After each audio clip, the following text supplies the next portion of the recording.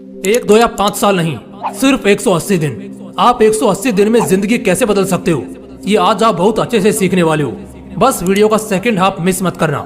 आयुष एक 17 साल का लड़का जो एक बहुत ही बोरिंग और स्ट्रगलिंग लाइफ जी रहा था, बिल्कुल आपकी तरह वो भी दिन भर परेशान ही रहता।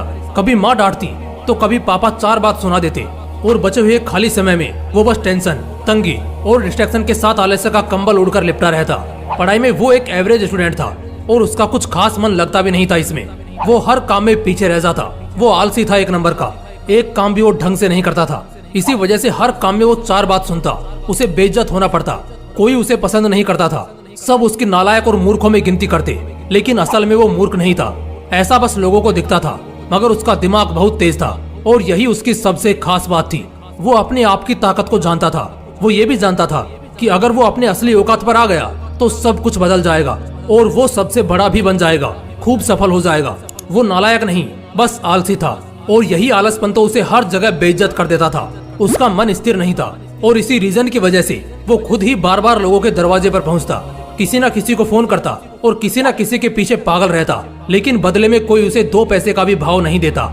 एक तरह से कह सकते हैं हर जगह से बेइज्जत हुआ बंदा था वो। लेकिन सबका सुनहरा और खूबसूरत दिन आता है। उसके भी खूबसूरत दिन बड़े जल्दी आने वाले थे। साल था 2019, जब उसी का एक रिश्तेदार जो कि उससे उम्र में 4 से 5 साल बड़ा था, वो उससे मिलता है। मुलाकात में दोनों की बातें होती हैं, मगर थोड़ा खुलने के बाद वो लड़का यानी आयुष अपने उस रिश्तेदार को अपनी सारी परेशानियों के बारे में बताता है। उसके उस रिश्तेदार को उस लड़के में एक चिंगारी जरूर दिखती है कि ये लड़का दम रखता है कुछ बड़ा करने का, मगर ये इतने सारे उलझनों में फंसा ही कुछ इस तरह है कि ये कभी कुछ सही नहीं कर पाता। इस वजह से लोग बस इसकी गलतियां देखते हैं, इसके पीछे की वजह और हालत नहीं। कहते हैं ना, हर रिश्तेदार बुरा ही नहीं होता, कुछ फरिश्ते भी होते हैं। उसने पहले उस लड़के की पूरी बात सुनी और फिर उससे बस एक ही सवाल पूछा, तुम चाहते क्या हो? इस पर उस लड़के ने कहा, मैं सब अच्छा करना चाहता हूँ, सफल होना चाहता हूँ, कम से कम गलतियाँ करना चाहता हूँ और हर चीज में आगे रहना चाहता हूँ। फिर उसके रिश्तेदार ने एकदम शांति से कहा, अच्छा मुझे एक बात बताओ, अगर तुम्हारे गोद में एक 2 साल का बच्चा थमा दिया जाए और उसे गोद में लिए ही तुम्हें आगे 1 किलोमीटर दूर एक मंदिर पर जाना है जहाँ तुम्हारे परिवार के लोग मौजूद हैं और पूजा की तैयारी में है, जो बस तुम्हारा ही इंतजार कर रहे हैं, तो मुझे बताओ क्या तुम्हें उस बच्चे के बोझ से चलने में थोड़ी तकलीफ होगी या नहीं? उसने जवाब दिया, बिल्कुल होगी। इसके बाद उसने कहा, उस बच्चे ने अपने हाथ में 3-4 खिलौने लिए हैं जिनका वजन कुल मिलाकर कम से कम आधा 1 किलो तो होगा ही, तो क्या इससे समस्या थोड़ी और नहीं बढ़ेगी? उस लड़के ने कहा, बिल्कुल बढ़ेगी। इसके बाद उसने कहा, तुम नंगे पांव बिना ये जाने कि मंदिर 1 किलोमीटर आगे तो है, मगर किस दिशा में है, यानी कहां से उसका रास्ता है, ये तुम्हें मालूम ही नहीं है, तो बताओ तब क्या हालत होगी तुम्हारी? तो उसने कहा, मेरी हालत तो बहुत बुरी हो जाएगी। उस रिश्तेदार ने फिर पूछा, इसके साथ अब तुम्हारे घर वाले फोन करके तुम्हें 2 किलो प्रसाद लाने की भी कहते हैं, तो उस समय तुम्हारा मंदिर में पहुंचना ज्यादा वजन और भटकते मन के साथ और भी मुश्किल हो जाएगा, है ना? उस लड़के ने जवाब दिया, बिल्कुल हो जाएगा। इन सब के बाद किसी तरह तुम आधे रास्ते तक पहुंच गए, तब अचानक तुम्हें याद आता है कि तुमने अपने घर का दरवाजा तो लॉक किया ही नहीं और घर में 50,000 कैश और कुछ गहने हैं। उस वक्त क्या करोगे? तुरंत भागना पड़ेगा ना वापस? उस लड़के ने कहा, मेरी तो वाट लग जाएगी। आखिर में उस रिश्तेदार ने फिर एक बार बड़े प्यार से कहा, अब मुझे बताओ इसमें दोस्त किसका था? क्या तुम्हारे घर वालों का, किस्मत का, उस बच्चे का, या तुम्हारे खुद का?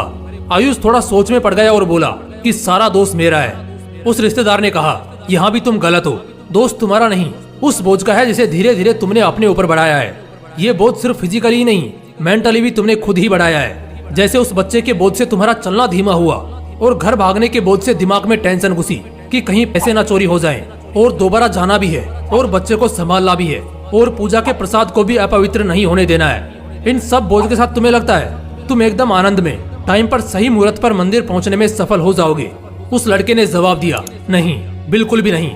उस रिश्तेदार ने फिर कहा, जरा सोचो, कुछ बोझ के साथ तुम 1 किलोमीटर का फासला भी सही ढंग से तय नहीं कर पाए, तो जिंदगी के सफर में जहाँ छोटे छोटे बोझ के साथ कई कोसों दूर की उड़ान तुम्हें भरनी है, उन्हें कैसे पूरा करोगे? आयुष ने कहा, छोटे छोटे बोझ का मतलब क्या?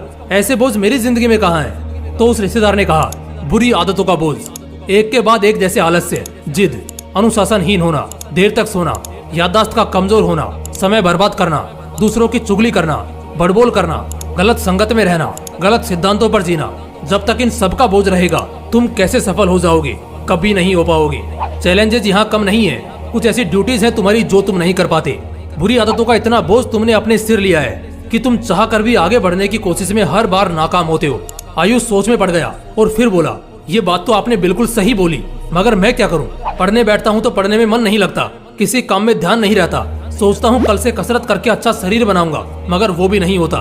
बार बार मन में ख्याल आता है फोन वगैरह बंद करके सिर्फ और सिर्फ अगले कुछ साल अपने करियर पर फोकस करूंगा, मगर अफसोस वो भी नहीं होता।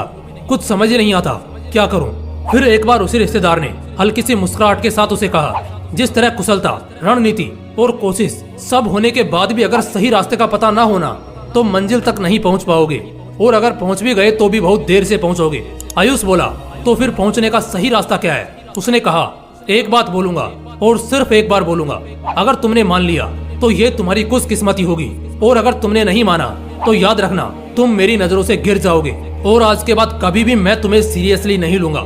आयुष ने हाँ में सिर हिलाया। उसने कहा, अगले 6 महीने के लिए यानी पूरे 180 दिन के लिए आज रात को शपथ लेनी है। 180 दिन का बवाल चैलेंज लेना है। कोई पार्टी नहीं, कोई छुट्टी नहीं, खुद पर मेहनत करना छोड़ना नहीं, चाहे जो हो जाए आगे बढ़ने से रुकना नहीं। हर दिन धीरे धीरे अपनी पढ़ाई और प्रोडक्टिव कामों में समय को बढ़ाते रहना है। इन 180 दिनों के चैलेंज को 4 हिस्सों में बांटेंगे, जिसमें पहला पड़ाव होगा 45 दिन का। पहले पड़ाव में आपको बाहरी दुनिया से डिस्कनेक्टेड होना है। किसकी शादी है, किसके लड़के का मुंडन है, किसके घर में क्या खिचड़ी पक रही है, किसकी लड़की किसके साथ भाग गई, कौन किसकी तैयारी कर रहा है, किसने नया घर लिया है, नई गाड़ी ली है, किसके यहाँ कोई फंक्शन है, कौन मर गया, कौन जी रहा है। इन सभी मोह माया से सबसे पहले डिस्कनेक्ट होना है। पहले पड़ाव की चुनौती में लगभग 20% लोग बाहर हो जाएंगे, और उम्मीद करता हूँ क्योंकि तुम्हारे अंदर मुझे चिंगारी दिखी है तो तुम टिक जाओगे। इस पहले पड़ाव में अपने डिस्ट्रैक्शन के सभी सोर्सेज को खत्म कर दो। फोन, लैपटॉप या कंप्यूटर, ऐसी कोई भी चीज जहाँ से अगर 1 पैसे की भी वैल्यू नहीं मिल रही है तो उसे बंद कर दो।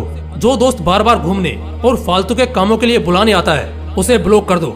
जो छोटे छोटे डिस्ट्रैक्शंस जैसे कोई बर्थडे पार्टी या कहीं बाहर घूमने जाना या बीमार पड़ जाना, ऐसी चीजों को भी इग्नोर करो। सबसे मुश्किल ये पहला पड़ाव ही होता है, क्योंकि इसमें आप अपने अंदर के लालच और बर्बाद कर देने वाले सुखों को तोड़ तोड़ कर खत्म करते हो।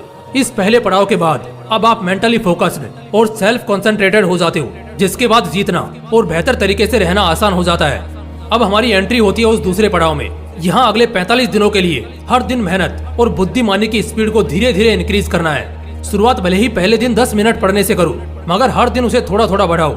अगर 5-5 मिनट भी हर रोज बढ़ाते गए तो अगले 44 दिन बाद वो 10 मिनट 4 घंटे में बदल जाएगा, और एकदम आसानी से बिना किसी भी तकलीफ के तुम हर रोज बहुत मजे से 4 घंटे पढ़ पाओगे।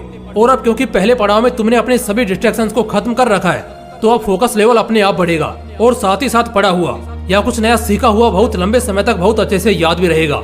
इन 45 दिनों में पूरा ध्यान अपनी मेहनत और इच्छा शक्ति को बढ़ाने के लिए इस्तेमाल करना है। इसमें एक चैलेंज लेना है कि हमें हर दिन पर्टिकुलरली इतने घंटे पढ़ने बैठना है या किसी अच्छी स्किल को सीखने में लग जाना है। यहाँ पर 50% लोग फिसल जाएंगे, लेकिन आपको टिके रहना है। अब बारी है तीसरे पड़ाव की, और ये भी 45 दिन का ही होने वाला है। इस पड़ाव में अगर आदमी आ गया तो समझो उसने ऑलमोस्ट सब कुछ पा लिया। इस पड़ाव में स्टेट ऑफ नथिंग में जाना है, जहाँ अपने एथिक्स को, अपने लाइफ स्टाइल को, जो आप पिछले 90 दिनों से करते आ रहे हो, उसे एक लेवल और ऊपर लेकर जाना है। इसमें असल में होता क्या है कि तुम्हारे शरीर को अब तक आदत लग चुकी है मेहनत करने की, डिसिप्लिन में रहने की, और पहले की तरह वो तमाम बुरी आदतें अब तुम्हारे में नहीं है। तो इस वक्त तुम्हारे पास एक मौका है, और वो है इन्हीं कोशिशों को एक लेवल और ऊपर लेकर जाने का।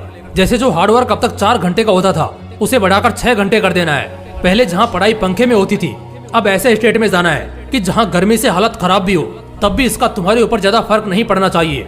बिना किसी सुख सुविधा के, बिना किसी इंटरनेट या पर्सनल हेल्प के अब तुम्हें तुम्हारा काम करना आना चाहिए। इस पड़ाव में कुछ इस तरह बनना है जैसे तुम किसी के मोहताज नहीं, ना पैसों के, ना किसी सुख सुविधा के, सिर्फ और सिर्फ अपने दम पर हो और रहोगे।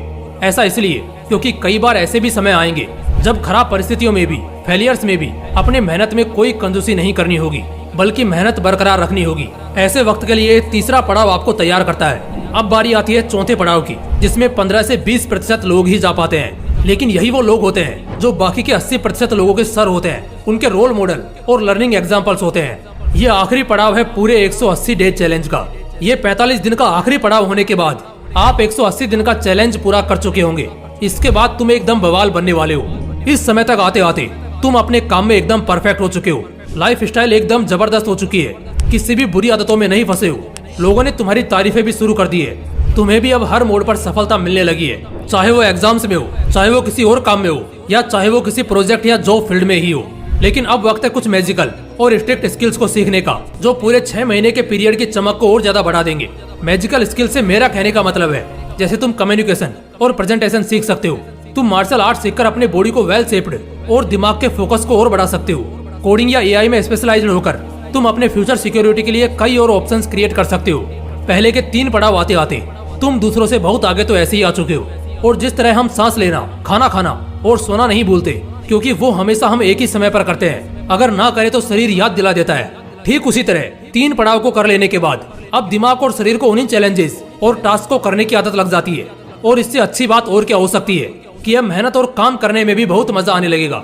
दोस्तों, ये जो मैंने कहानी सुनाई उसका एक सस्पेंस अभी खोलूंगा। सबसे पहली बात कि वो कहानी बिल्कुल सच्ची थी। आज वही लड़का आयुष रेलवेज में एक अच्छे पोस्ट पर काम कर रहा है। उसने 2019 के बैच में रेलवेज का एग्जाम निकाला था। मुझे इसकी एग्जैक्ट जानकारी तो नहीं, लेकिन लोगों से आज उसकी खूब तारीफें सुनने को मिलती हैं। वो लाख रुपए की सैलरी पर एक अच्छी जिंदगी जी रहा है। वो जो रिश्तेदार था वो कोई और नहीं बल्कि आपका चीयर लीडर यानी मैं ही था। और ये कुछ सालों पहले की बात है। इस इंसिडेंट के बाद हमारी 3-4 बार मुलाकात हुई और उस बंदे ने हमेशा मुझे शुक्रिया कराया उस एडवाइस का जो उस दिन मैंने उसे दी थी। मुझे भी यकीन था कि काम करेगा, मगर इतना बेहतर करेगा ये शायद नहीं सोचा था। तो जब मैंने इसे अपनी प्रैक्टिकल जिंदगी में किसी की जिंदगी बदलते हुए देखा है, तो आप सब भी तो मेरे अपने भाई बहन हो। तो ऐसे में आप सभी के साथ इस तरह का बवाल एपिसोड शेयर करना तो बनता ही है। बेशक उम्मीद करता हूँ जिस तरह इस चैलेंज ने आयुष की जिंदगी बदली, उसी तरह अब यही एडवाइस आपके पास भी है। इस वक्त आपके हालात भी उसी के उन पुराने दिनों के हालात की तरह ही होंगे। ऐसे में आप भी अपनी जिंदगी बदल सकते हो। अगले 180 दिन का चैलेंज अपना लो और चाहे जो हो जाए, सिर्फ और सिर्फ 180 दिनों की तकलीफ होगी, लेकिन इस 6 महीने की तकलीफ के बाद अगले 60 साल मौज करोगे। जय हिंद, जय श्री कृष्णा।